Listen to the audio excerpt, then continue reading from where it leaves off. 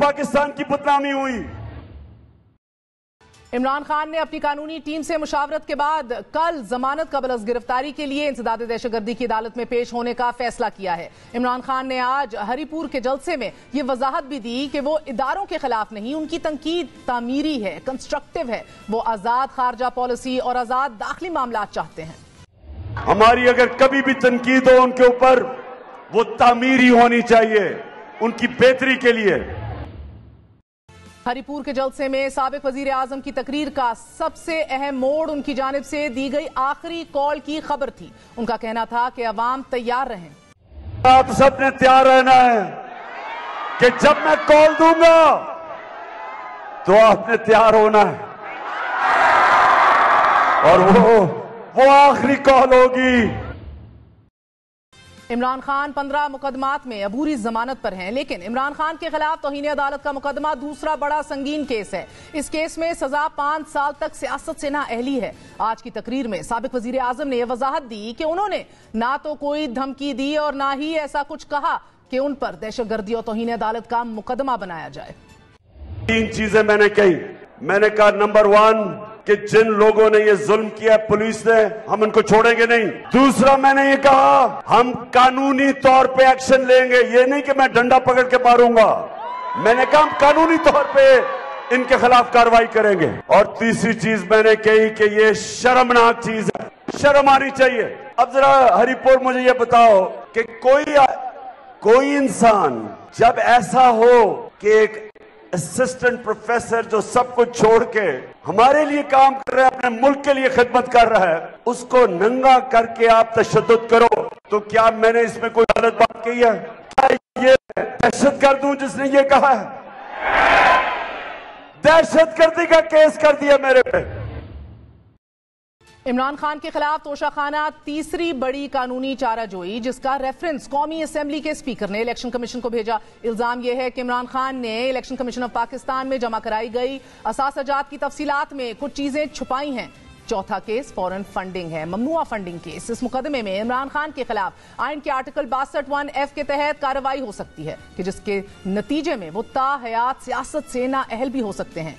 यह हमारे निजाम सियासत का अजब तमाशा है कि जब रियासत हाथ उठा ले तो कानून किसी भी मुंतखब नुमाइंदे के खिलाफ अपना घेरा तंग कर सकता है।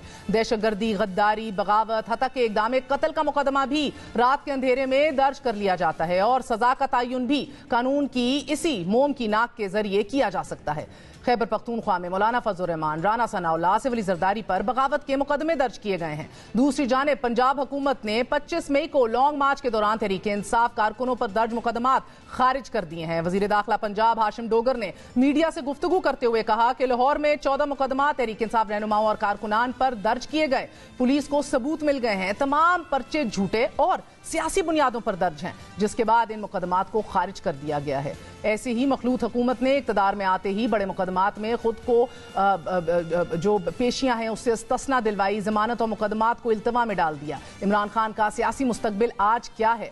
कौन मिसकैलकुलेट कर रहा है? कौन सा फरीक जो है वो कितने दाव लगा रहा है? वो क्या खान साहब को जेल भेजा जाएगा? इमरान खान साहब का फौरी इंतखाबात का मुतालबा इन हालात में कितना जायज़ है? बात करते हैं। हमारे साथ मौजूद हैं सीनियर सहाफ़ी हारून रशीद साहब, सीनियर सहाफ़ी तलत हुसैन साहब, और हमारे साथ मौजूद हैं जियो से सीनियर सहाफ़ी शहजाद इकबाल साहब। आप तीनों का बहुत बहुत शुक्रिया। हारून रशीद साहब, आपसे आगाज़ करूंगी। फरमा दीजिएगा कि ये घेरा तंग होता चला जा रहा है, क्या अब वाकई इमरान खान के पास वक्त कम है और मुकाबला सख्त है और इसका अंदाज़ा उन्हें है? देखिए, फैसले तो नहीं कह सकते, इरादे ही हैं, अगरचे वो उसे फैसले ही कह रहे हैं, और ये तय है कि उसका काफिया तंग किया जाएगा और उसे सियासत से निकाल बाहर करने की कोशिश की जाएगी। लेकिन ये फैसलों पे अमल दरामद आसान तो नहीं है। इतनी पॉपुलैरिटी है और ये मीडिया मौजूद है, अदालतें मौजूद हैं। सवाल ये है कि अगर मंसूबा ये है कि इमरान खान को निकाल दिया जाए और नवाज शरीफ साहब को ले आया जाए, तो नवाज शरीफ साहब के लिए आइन में तरमीम करनी पड़ेगी, सुप्रीम कोर्ट से इजाजत लेनी पड़ेगी, कोई सूरत तो निकालेगा ना। तो सुप्रीम कोर्ट किस लिए इजाजत देगी? एक आदमी जो मफरूर भी है, जिसको सजा हो चुकी है, उनकी साहबजादी का मामला भी यही है। मेरा ख्याल है कि वो आखिर में इसमें समझौता करने की कोशिश करेंगे कि शहबाज शरीफ को वजीर आजम बनाएं बाकी पार्टियों की तायद से, और इसी तरह बंदर बांट हो इक़्तिदार की। लेकिन उसमें एक बुनियादी मसला है کہ اس کی جو سپورٹ ہے اس کا کیا کریں گے؟ کیا اس کو نظر بند کریں گے، گرفتار کریں گے، پارٹی پہ پابندی لگائیں گے؟ پارٹی پہ پابندی لگ نہیں سکتی، لگے تو نئے نام سے پارٹی بن جائے گی، اور بالکل ہی پابندی لگا دیں تو وہ الیکشن ہوں گے ہی نہیں، اس لیے کہ لوگ پولنگ اسٹیشنوں پہ جائیں گے ہی نہیں اگر وہ اپیل کرتے۔ اور پھر یہ مسئلہ ہے کہ وہ اپنا پارٹی کو تقسیم کر دیا جائے گا، تقسیم نہیں ہو سکتی پارٹی ان حالات میں، وہ جس کو نامزد کر دے گا وہی پارٹی کا لیڈر ہوگا، اور اگر کوئی اس کے خلاف بغاوت کرے گا تو ورکروں کا رویہ بہت سخت ہے، وہ اس کو ڈس اون کریں گے، اس کی مزاحمت کریں گے، اور ممکن ہے اس کی بہت زیادہ مذمت بھی کریں۔ طلعت صاحب، آپ نے ہارون صاحب کی بھی بات سنی، کیا عمران خان صاحب کی پاپولیرٹی کا جو مومنٹم ہے جس کو کوئی لگام لگتی ہی نہیں دکھائی دے رہی ان چاروں کے چاروں بڑے کیسز میں جن کا ان کو سامنا ہے، چاروں لیگل کیسز میں، کیا ان کی مقبولیت بھی ایک بہت بڑا فیکٹر ثابت ہو سکتی ہے؟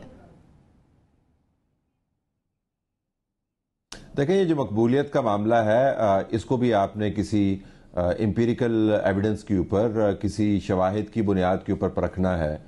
ضمنی انتخابات کے اندر جیت جو ہے وہ اگر مقبولیت کا پیمانہ آپ بنائیں تو جب عمران خان وزیر اعظم تھے اور تمام ریاست کے ادارے ایک پیج پر تھے تو نون لیگ نے کافی ضمنی انتخابات جیتے، تو کسی نے یہ تو نہیں کہا کہ نون لیگ کو اب آپ روک نہیں سکتے، اس کا ہاتھ آپ پکڑ نہیں سکتے، ان کے اوپر مقدمات بھی بنے، ان کے لیڈران جیل کے اندر بھی گئے۔ اگر آپ نے سوشل میڈیا ٹرینڈز کو بنیاد بنانا ہے تو ہمیں پتا ہے کہ ٹرینڈز بنتے کس طرح ہیں، آپ کے پاس صرف 500 لوگ ہونے چاہیے اور آپ ٹرینڈز جنریٹ کر سکتے ہیں۔ اور اگر آپ نے میٹنگز کے اندر لوگوں کے جوش و خروش کو دیکھنا ہے تو آپ مریم نواز کی میٹنگز کو بھی بطور ایگزامپل لے سکتے ہیں اور بتا سکتے ہیں کہ مریم نواز جو پبلک میٹنگز کرتی ہیں اس کے اندر وہ ہنگامہ اور وہ جوش و خروش اور وہ نعرے تو شاید نہ ہو جو عمران خان کی میٹنگز کا خاصا ہیں، لیکن جلسے ان کے بھی تگڑے ہوتے ہیں۔ عمران خان کے پاس 2 بڑے مواقع تھے جس پر انہوں نے ثابت کرنا تھا کہ وہ واقعتاً اتنے ہی بڑے 30 مار خان ہیں جتنا ان کو ثابت کرنے کی کوشش کی جا رہی ہے، اور ان میں سے ایک موقع یہ تھا جب انہوں نے اسلام آباد کی طرف رخ کیا اور خود اپنے بیان کے مطابق یہ بتانے کی کوشش کی کہ اب انہوں نے پاکستان کی قسمت تبدیل کر دینی ہے۔ اچھا، یہ بھی ایک بڑی زبردست بات ہے کہ عمران خان ہر جلسے کے اندر پاکستان کی قسمت تبدیل کرتے ہیں، ہر جلسے کے اندر ان کی ایک آخری ڈیڈ لائن ہوتی ہے، ہر جلسے کے اندر وہ بتاتے ہیں کہ اب میں نہیں چھوڑوں گا، اور پھر اگلے جلسے کی تاریخ دے دیتے ہیں۔ تو اسلام آباد کی طرف جب ان کی آمد ہوئی اور پھر جب صبح سورج طلوع ہوا تو سب نے دیکھ لیا کہ ان کے ساتھ کتنے لوگ تھے۔ تو گزارش یہ ہے کہ اگر کسی کو شوق ہے کہ اپنے امیجینیشن کو وہ حقائق کے طور پر پیش کرے تو عمران خان تو بالکل ایک ایسا قداور شخص ہے جس کو کوئی ہاتھ نہیں ڈال سکتا۔ جن مقدمات کی آپ نے بات کی، یہ مقدمات بڑے سنجیدہ نوعیت کے مقدمات ہیں، تو یا تو ہم آج آپ فیصلہ کر لیں، ہم اور آپ، کہ چونکہ کوئی شخص ہمارے خیال کے مطابق بہت مقبول ہے لہٰذا وہ سنجیدہ مقدمات کی زد میں نہیں آ سکتا، ان مقدمات کی بنیاد کے اوپر وہ ڈسکوالیفائی بھی ہو سکتے ہیں، وہ گرفتار بھی ہو سکتے ہیں۔ اور جہاں تک پارٹی کا تعلق ہے، میں کسی کو سیکنڈ گیس نہیں کرنا چاہتا، لیکن ان کی پارٹی کے اندر جو دراڑیں ہیں وہ بڑی گہری ہیں۔ پنجاب کے اندر ان کی حکومت نہیں ہے، چودھری اگر کھسک گئے تو ان کی حکومت ختم ہو جاتی ہے، اگر شاہ محمود قریشی کھسک گئے تو ان کا ساؤتھ آف پنجاب چلا جاتا ہے، اگر پرویز خٹک کھسک گئے تو ان کا کے پی چلا جاتا ہے۔ تو یہ اگر تصور بنا ہے عمران خان کے بارے میں کہ ان کو ہاتھ نہیں لگایا جا سکتا باوجود اس کے کہ وہ مسلسل اداروں کو نشانہ بنا رہے ہیں، تو میرے خیال میں اس کی کوئی ذاتی وجوہات تو ہو سکتی ہیں، لیکن مجھے کوئی امپیریکل اور ڈیٹا وائز اس کی وجوہات سمجھ نہیں آتی۔ اور شہزاد، مجھے